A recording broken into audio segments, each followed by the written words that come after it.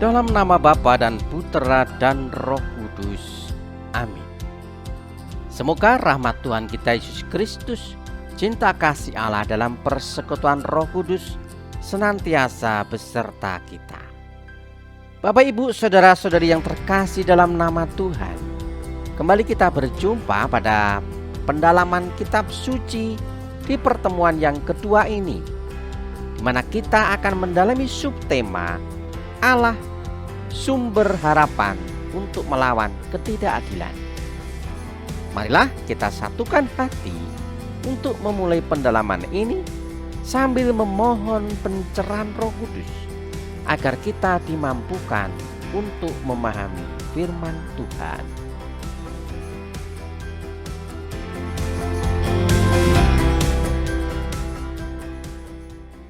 Bapak, Ibu, saudara-saudari yang terkasih dalam nama Tuhan, tak dapat dipungkiri, mewabahnya COVID-19 membawa serta dampak ketidakadilan di dalam kehidupan bermasyarakat.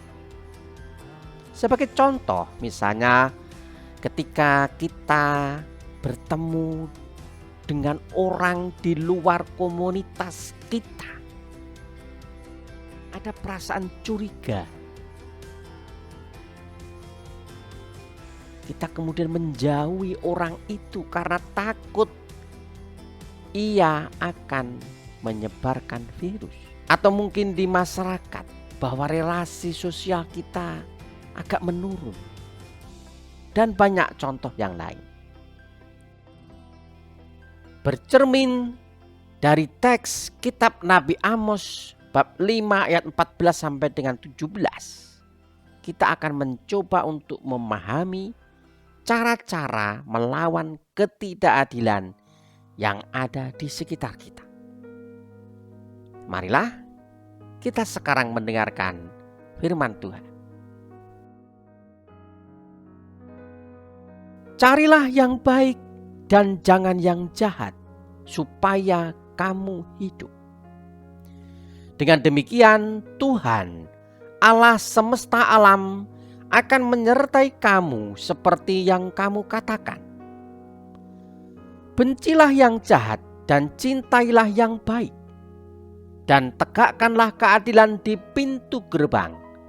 Mungkin Tuhan, Allah semesta alam, akan mengasihani sisa-sisa keturunan Yusuf. Sesungguhnya, beginilah firman Tuhan, Allah semesta alam, Tuhanku. Di segala tanah lapang akan ada ratapan, dan di segala lorong orang akan berkata, wahai, wahai. Petani dipanggil untuk bergabung, dan orang-orang yang pandai meratap untuk mengadakan ratapan. Dan di segala kebun anggur akan ada ratapan, apabila aku berjalan dari tengah-tengahmu. Firman Tuhan. Demikianlah sabda Tuhan. Syukur kepada Allah. Bapak, Ibu, saudara-saudari yang terkasih, setelah kita membaca firman Tuhan dalam teks Nabi Amos ini, ada 3 hal yang bisa kita garis bawahi supaya kita lebih mudah untuk memahami apa yang mau disampaikan teks kepada kita. Yang pertama adalah carilah dan cintailah yang baik. Yang kedua, bencilah yang jahat. Dan yang ketiga adalah tegakkan keadilan di pintu gerbang. Kita akan mendalami satu persatu. Yang pertama adalah carilah dan cintailah yang baik.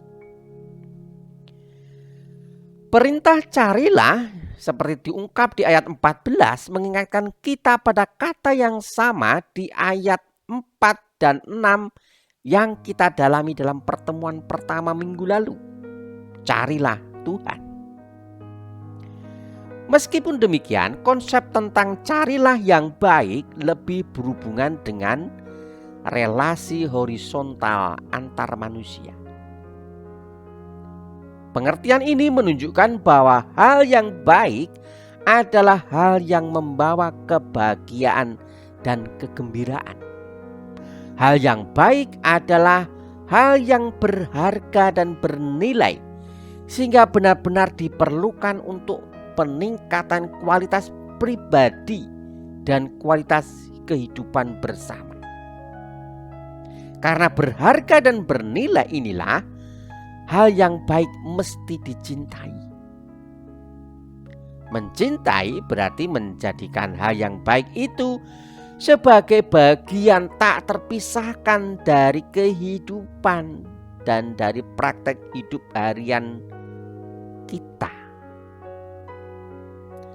Nabi Amos menegaskan bahwa pencarian kebaikan akan membuat orang Israel hidup dan disertai Tuhan dalam perjalanan hidup mereka. Itulah apa yang dimaksud dengan carilah dan cintailah yang baik. Sekarang yang kedua, Bapak Ibu, bencilah yang jahat. Jika hal yang baik perlu dicari dan dicintai, yang jahat jangan dicari dan semestinya dibenci. Sehingga dikatakan bencilah yang jahat. Jika cinta mendekatkan dan menyatukan, benci itu memisahkan dan menciptakan jarak. Perintah untuk membenci kejahatan merupakan peningkatan dari perintah jangan mencari yang jahat.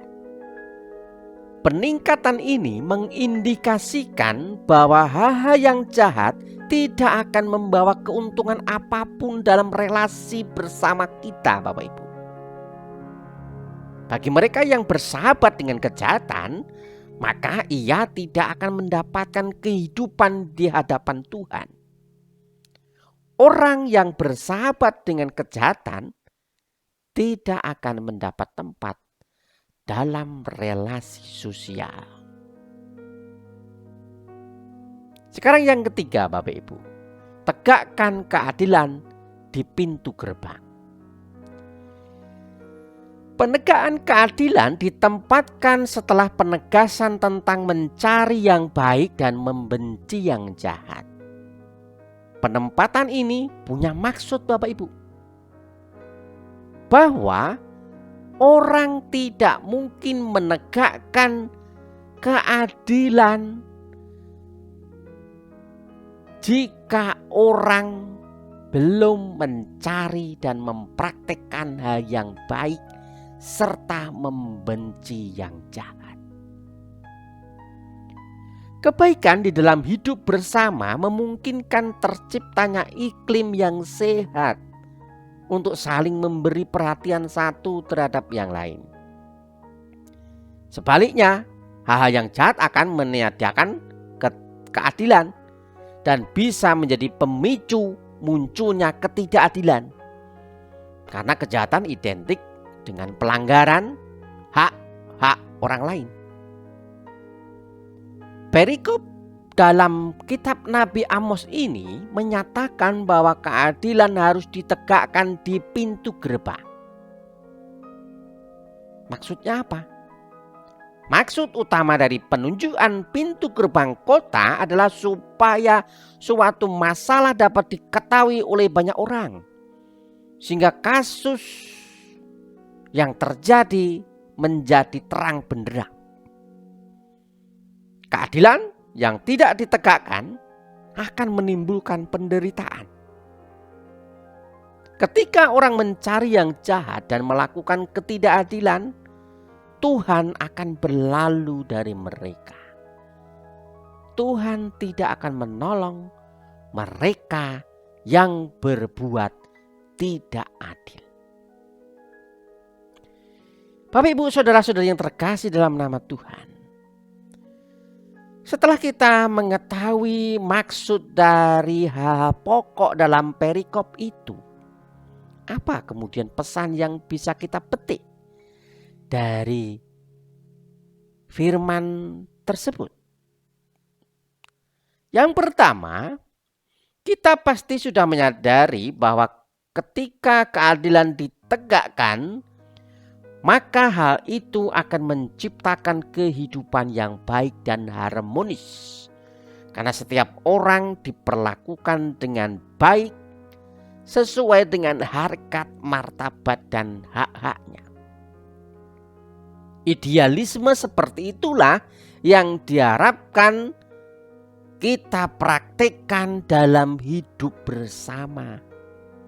Sebab keadilan akan memperkuat hidup bersama dan meningkatkan penghargaan orang terhadap masing-masing pribadi. Di tengah pandemi COVID-19, praktik keadilan mengalami tantangan yang berat. Kita tahu bahwa situasi wabah menyebabkan orang-orang berusaha menyelamatkan diri sendiri-sendiri. Kejahatan bisa muncul dari situasi yang tidak bersahabat ini.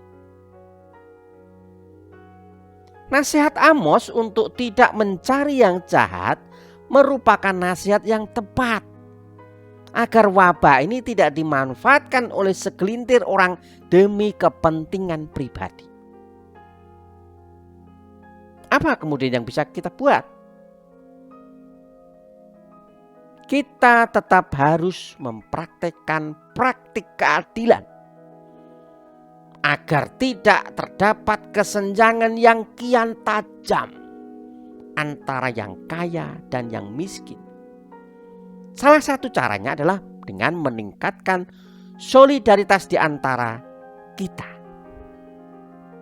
Solidaritas ini tentu akan mempererat relasi kemanusiaan yang renggang akibat pembatasan sosial yang pernah kita lalui di masa yang lalu, dan juga turut membantu sesama yang amat berkekurangan untuk bangkit dari keterpurukan mereka.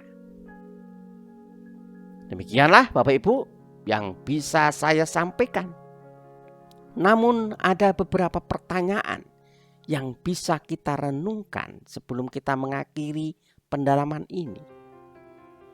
Apakah aku tetap berlaku adil dan benar terhadap sesamaku? Apakah aku berusaha melawan ketidakadilan yang aku saksikan? Apa yang kemudian bisa aku buat sebagai bentuk solidaritas dengan sesama yang menderita dan kekurangan di sekitar tempat tinggalku? Demikianlah Bapak Ibu dan saudara-saudari pendalaman kita akan sabda Tuhan pada hari ini. Semoga permenungan kita pada hari ini membawa kita kepada semangat untuk menegakkan keadilan dan menghindari yang jahat. Semoga Tuhan memberi kita kedamaian.